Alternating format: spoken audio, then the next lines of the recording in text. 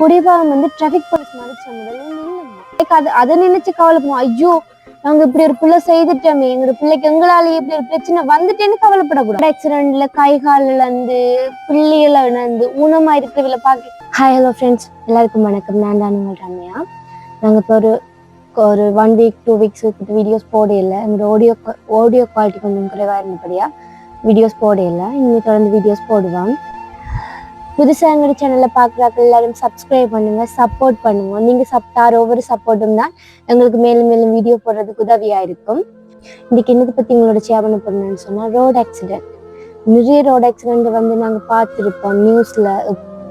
Everyday's நாங்கள் ஃபேஸ்புக்லேயோ டிக்டாக்லேயோ இன்னத்தில் பார்த்தாலுமே இந்த ரோட் ஆக்சிடென்ட் தான். இதை பற்றி தான் இன்றைக்கி உங்களோட கொஞ்சம் ஷேர் பண்ண போகிறேன். ஏதோ ஒரு விதத்தில் ஒவ்வொரு நாளும் ஏதோ ஒரு ரோட் ஆக்சிடென்ட் நடந்து கொண்டு தான் இருக்குது. நாங்கள் நேர்லையோ இல்லை நியூஸ்லேயோ பார்த்து கொண்டு தான் இருக்கிறோம். இதுக்கு என்ன காரணம்னு கூட நினைக்கிறீங்க? இதுக்கு வந்து மெயின் காரணம் வந்து குடிச்சு போட்டு ஓடுறது, மற்றது வந்து நிதானம் இல்லை. எல்லாத்துக்குமே அவசரம். ஏதோ ஒரு விதத்துல எல்லாருமே ஒரு அவசரத்துலாம் போய் கொண்டிருக்கீங்க. அதுக்காண்டி நீங்க போற ஒவ்வொரு விதமான அவசரமும் உங்களை மட்டும் இல்லை, உங்களை சுற்றி இருக்கிறவங்களையும் வந்து பாதிக்குது. 10:30 ஒரு இடத்துக்கு போகணும்னு சொன்னா 10:20 வலிக்கிறது. வலிக்கிட்டு அடிச்சு புடிச்சு அவசரப்பட்டு போறது.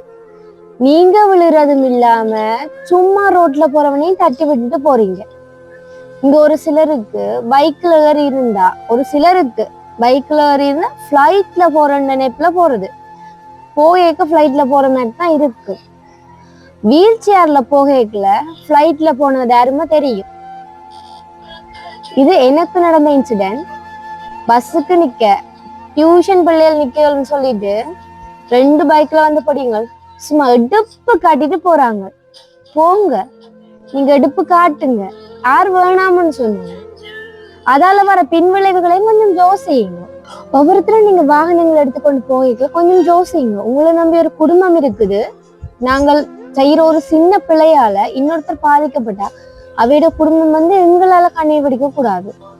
எங்களோட நாட்டின் அறிக்கையின் படி கூட அதிகளவான உயிர் வந்து சாலை விபத்துக்கள்ல தான் போகுது. அதாவது ரோட் ஆக்சிடென்ட்ல தான் வந்து ஒரு வருஷத்துக்கு கூடிய பாகமான உயிர்கள் வந்து பறி போகுது. காரணம் என்ன? கொஞ்சம் நிதானமா யோசிச்சு பாருங்க. கடவுள் கொடுத்தது ஒரு வாழ்க்கை, அதையே அநியாயமாக்குறீங்க. ஒரு இடத்துக்கு போறதுக்கு எளியா வலிக்கிட்டு எளியா போங்க. உங்களோட வாகன இதுல ஒரு நிதானத்தை கடைப்பிடிங்க. சில தாய் தகப்பன் வந்து சின்ன சின்ன இளைஞர்களுக்கு வந்து பைக் எடுத்து கொடுக்குறது. பர்த்டேக்கு கிஃப்டா ஓயில் பாஸ் பண்ணா வந்து பைக்ஸ் எடுத்து கொடுக்குறீங்க. கொடுக்க வேண்டாம்னு சொல்லல, நீங்க எடுத்து கொடுத்துட்டு அந்த பிள்ளைய கண்காணிங்க.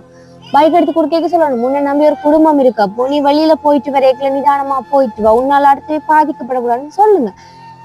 அவே பைக் நல்லா ஓடிட்டு கடைசியில அந்த பிள்ளைகளுக்கு அது ஒண்ணு நடந்துட்டுண்டா நாளைக்கு அதை நினைச்சு கவலைப்படுவோம். ஐயோ நாங்க இப்படி ஒரு பிள்ளை செய்துட்டோமே, எங்களோட பிள்ளைக்கு எங்களால இப்படி ஒரு பிரச்சனை வந்துட்டேன்னு கவலைப்படக்கூடாது. வரும் முன் காப்போம் என்ற மாதிரி ஏதோ ஒரு பிரச்சனை வர்றதுக்கு முன்னமே நாங்க அதை தடுத்துருவோம். கடவுள் கொடுத்தது ஒரு லைஃப் தான். எப்படித்தான் நாங்கள் அழுது புலம்பினாலும் மாண்டவர் திரும்பி வர போறது இல்லை. ஒரு ரோட் ஆக்சிடென்ட்ல கை கால் இழந்து பிள்ளைகளை இழந்து ஊனமா இருக்கிறவங்கள பார்க்கலாம், ஐயோ பாவம் அப்படின்னு நாங்க நினைப்போம். அது ஏதோ யாரோ ஒருத்தர் செய்த பிள்ளையாலதான் அவருடைய லைஃப் வந்து இன்றைக்கு இப்படி ஒரு நிலைமை, கேள்விக்குறியான நிலைமைக்கு வருது. இலங்கையில எவ்வளவுதான் வாகனங்களுக்கு சட்டங்கள் போட்டு அது சட்டங்களை கடுமையாகினாலும் ஏன் இப்படி வீதி விபத்துகள் நடக்குது என்று சொல்லி உண்மையிலேயே தெரியல. லைசன்ஸ் இல்லாம ஓடினா 25,000 ஃபைன், டாக்ஸ் இல்லாட்டி 25,000 ஃபைன், இன்சூரன்ஸ் அப்படி என்று சொல்லி நிறைய விஷயத்துக்கு இது எவ்வளவோ இடத்துல போலீஸாக்கள் நின்று அப்படித்தான் நிதாண்டினாலும் ஏன் இந்த ஆக்சிடென்ட் நடக்குதுன்ற கேள்வி. சில பேர் வந்து குழுவா வாகனங்களோடி அதுகளால என்னது பிரச்சனைகள் வருது. என்னடா இவா இதை பத்தி எல்லாம் சொல்றாவே அப்படின்னு எல்லாம் நினைக்காதீங்க. உங்களோட ஒரு நன்மைக்காகத்தான் சொல்றேன். ஒரு சிலர் வந்து யோசிப்பாங்க, இவாக்கு என்ன தேவையில்லாத வேலை அப்படின்னு நினைக்கிறவங்களும் இருக்கிறாங்க. நான் சொல்ற ஒரு கதையை கேட்டு யோசிச்சு பாக்குறவங்களும் இருக்கிறாங்க. நான் அது இவாக்கு என்னன்றவங்களுக்காக இல்லை, கொஞ்சம் யோசிச்சு பார்ப்பாங்க தானே, நாங்க செய்யறதுலயும் பிள்ளை இருக்கு என்று சொல்றவங்களுக்காக தான் கட்டாயம் இது சொல்றேன். நீங்க வெளிக்கிட்டு போகல யோசிச்சு பாருங்க. உங்களோட குடும்பம் உங்களை தம்பி கவனமா போயிட்டு வா, என்று சொல்ற ஒரு தாய் தப்பன் உங்களுக்காக திருப்பி நீங்க வருவீங்கன்னு வெயிட் பண்ணி கொண்டு இருப்பாங்க. பாவம் தானே அவங்க.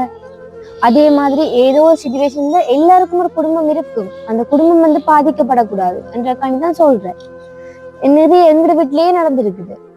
அதனாலதான் நான் சொல்றேன். ஒரு இடத்துல ஒரு ஆக்சிடென்ட் நடந்துட்டுது. அங்க அவடத்துல யாருமே இல்லை ஹெல்ப்புக்கு. அந்த ஒரு நொடியில அந்த உயிர் என்ன வேதனைப்படும், எத்தனை துடிப்பு துடிக்கும். ஐயோ இன்னொருத்தரும் காப்பாத்திட மாட்டாங்களா, ஐயோ நான் கொஞ்சம் ஸ்லோவா வந்திருக்க கூடாதா, நான் குடிச்சிட்டு வண்டி ஓட்டி இருக்க கூடாதே என்று நினைச்சா அந்த போற உயிரை யாராவது தடுத்து நிறுத்தி காப்பாற்ற முடியுமா? இல்லத்தானே. அப்படித்தான் நாங்க செய்யற ஒரு சின்ன பிள்ளையால எங்களோட லைஃப் எங்கேயோ போய் முடிஞ்சுது. எவ்வளவு நியூஸ் நீங்க பார்த்து கொண்டிருக்கீங்க, நாளானும் பார்த்து கொண்டே இருக்கிறீங்க. அப்படி இருந்தும் ஏன் எங்களோட நாட்டுல அளவுக்கு அதிகமான ரோட் ஆக்சிடென்ட் நடக்குதுன்னு தெரியல. குடிபாகம் வந்து டிராபிக் போலீஸ் மறிச்ச முதல்ல நில்லுங்க. போனியால நடந்த சம்பவம் எல்லாருக்குமே தெரியும். அதுல டிராபிக் போலீஸை மட்டும் நாங்க தப்பு சொல்ல இயலாது. ஏன்னு சொன்னா இது அவங்க மறிக்கைகளை நிக்காதால ஏற்பட்ட ஒரு பிள்ளைதான். ஆனா இருந்தாலும் அதை நாங்க வந்து பிள்ளை இல்லைன்னு சொல்லி சுட்டி காட்டக்கூடாது. குடிபாகம் நில்லுங்க. ஏன்னு சொன்னா அதனால உங்களுக்கு தான் பாதிப்பு, அவங்களுக்கு இல்லை. அவங்களுக்கு என்ன செய்ய போறாங்க, மிஞ்சி மிஞ்சி போனா 6 மாசமோ 3 மாசமோ வேலையில இருந்து நிப்பாட்டி தான் வச்சிருக்க போறாங்க. ஆனா அவங்களுக்கு சலதி போயிட்டு இருக்கும். ஆனா போன உயிர் திரும்பி வருமா? இல்லத்தானே. மன்னார்ல நடந்த சம்பவம் மிகவுமே எல்லாற்ற மனசையுமே ரொம்ப காயப்படுத்தி இருக்கு. வீடியோஸ் பார்த்த எல்லாருக்கும், குடிவாங்க நியூஸ் கேள்விப்பட்ட எல்லாருக்குமே நிறைய பாக்கைகளே மனசு சரியான ஒரு கவலையாவே இருந்துச்சு. அதுக்கு அந்த ஒரு மன்னர் நியூஸுக்கு பிறகுதான் நான் இந்த வீடியோஸை செய்து போடணும்னு நினைச்சேன்னா, இந்த ரோட் ஆக்சிடென்ட் பற்றி கதைக்கணும்னு நினைச்சுனா, குடிபாகம் எல்லாருமே சிந்திச்சு செயற்படுங்க. நிதானம் முக்கியம். டிரைவிங்ல எப்போதும் நிதானம் வேணும், அவதானம் வேணும். நாங்க எங்கட பாட்டுல போனா கூட பக்கத்துல வரவங்க தட்டிட்டு போறாங்க. அப்படி நிறைய நடந்திருக்கு இன்சிடென்ட் எங்களுக்கு. சின்ன பிள்ளைகளோட போறோம் என்று கவனிக்கிறீங்க இல்ல, வயசானாக்கள் போறாங்கன்னு கவனிக்கிறாங்க. ஏன் இப்படி செயற்படுறாங்கன்னு சொல்லி தெரியல.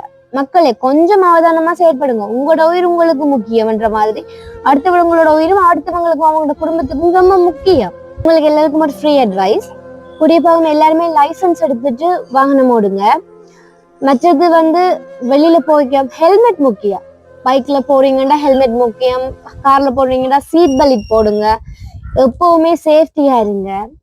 வாழ்க்கை ஒரு தரம் தான், சந்தோஷமா வாழுங்க. இந்த வீடியோஸ் உங்களுக்கு பிடிச்சிருந்தா வேகமா பைக் ஓடுறதோ கார் வாகனம் ஓடுற உங்களோட ஃப்ரெண்ட்ஸுக்கு வந்து ஷேர் பண்ணி விடுங்க. நீங்க சப்போர்ட் பண்ணுங்க. நீங்க இதுல ஏதாவது நான் பிள்ளையா கதைச்சிருந்தா கமெண்ட் பண்ணுங்க. இல்ல உங்களுக்கு பிடிச்சிருந்தா கமெண்ட் பண்ணுங்க. தேங்க்யூ.